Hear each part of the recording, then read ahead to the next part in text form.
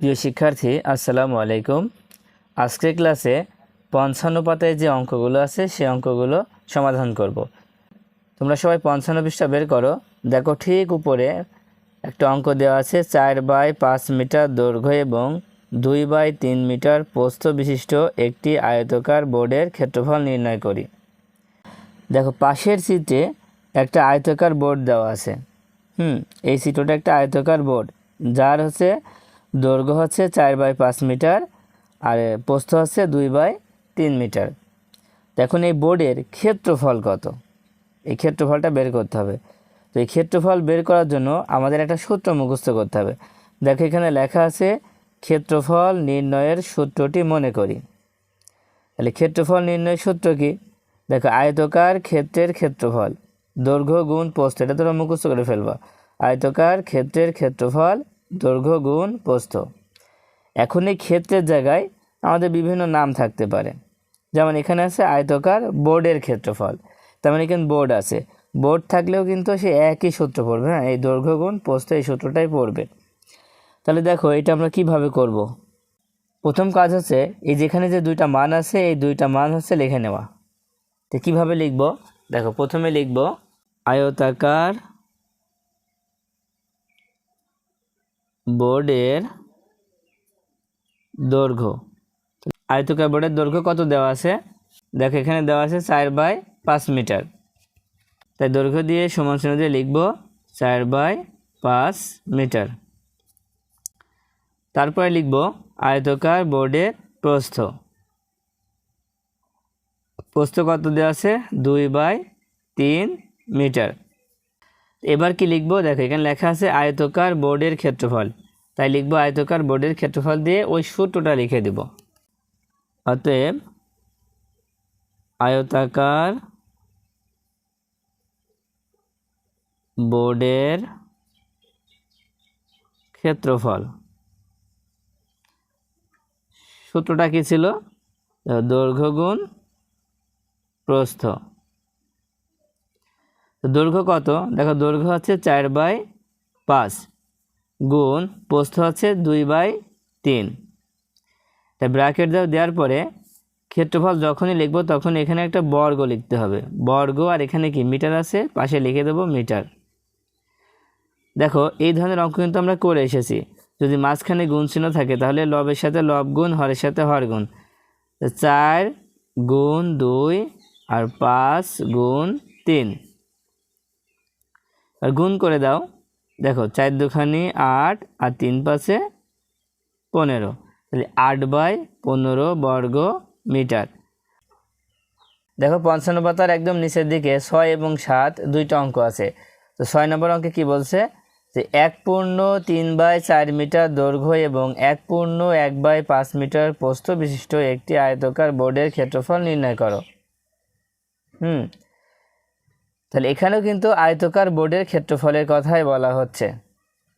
তো আয়তাকার থাকলেই তার দৈর্ঘ্য এবং প্রস্থ থাকে।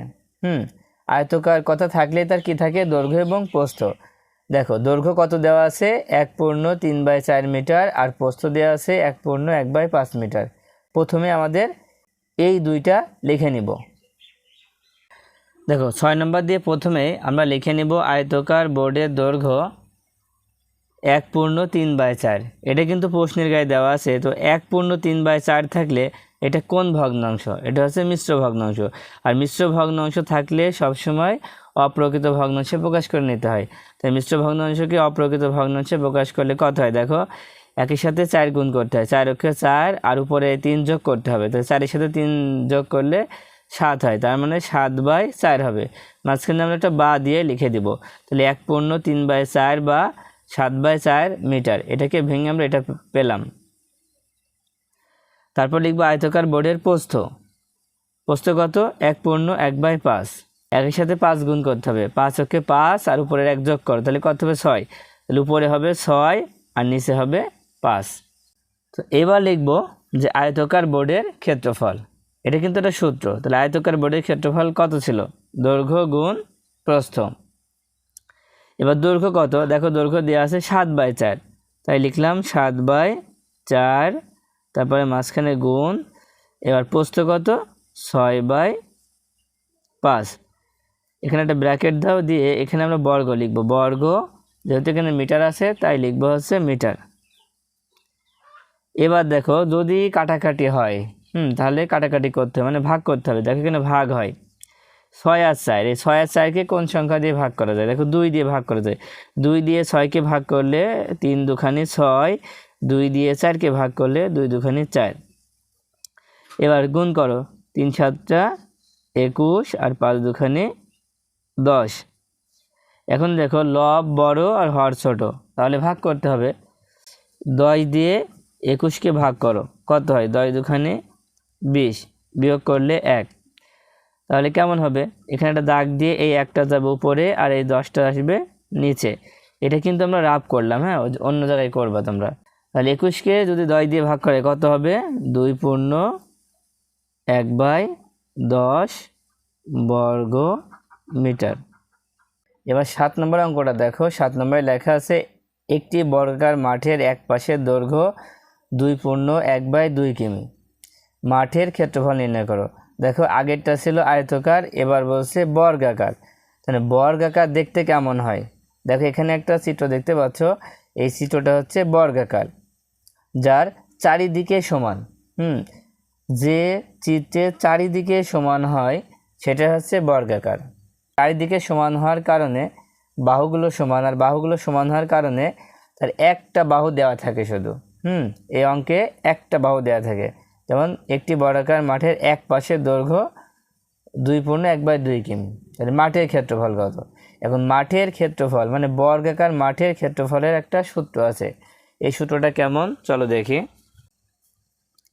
দেখি সূত্রটা আমরা আগে লিখে রেখেছিলাম যে বর্গাকার ক্ষেত্রের ক্ষেত্রফল এক বাহুর দৈর্ঘ্য গুণ এক বাহুর দৈর্ঘ্য, অথবা বাহু গুণ বাহু, যে কোনো একটা লিখলেই হবে। এক বাহুর দৈর্ঘ্য গুণ এক বাহুর দৈর্ঘ্য লিখলেও হবে, আবার বাহু গুণ বাহু লিখলেই হবে।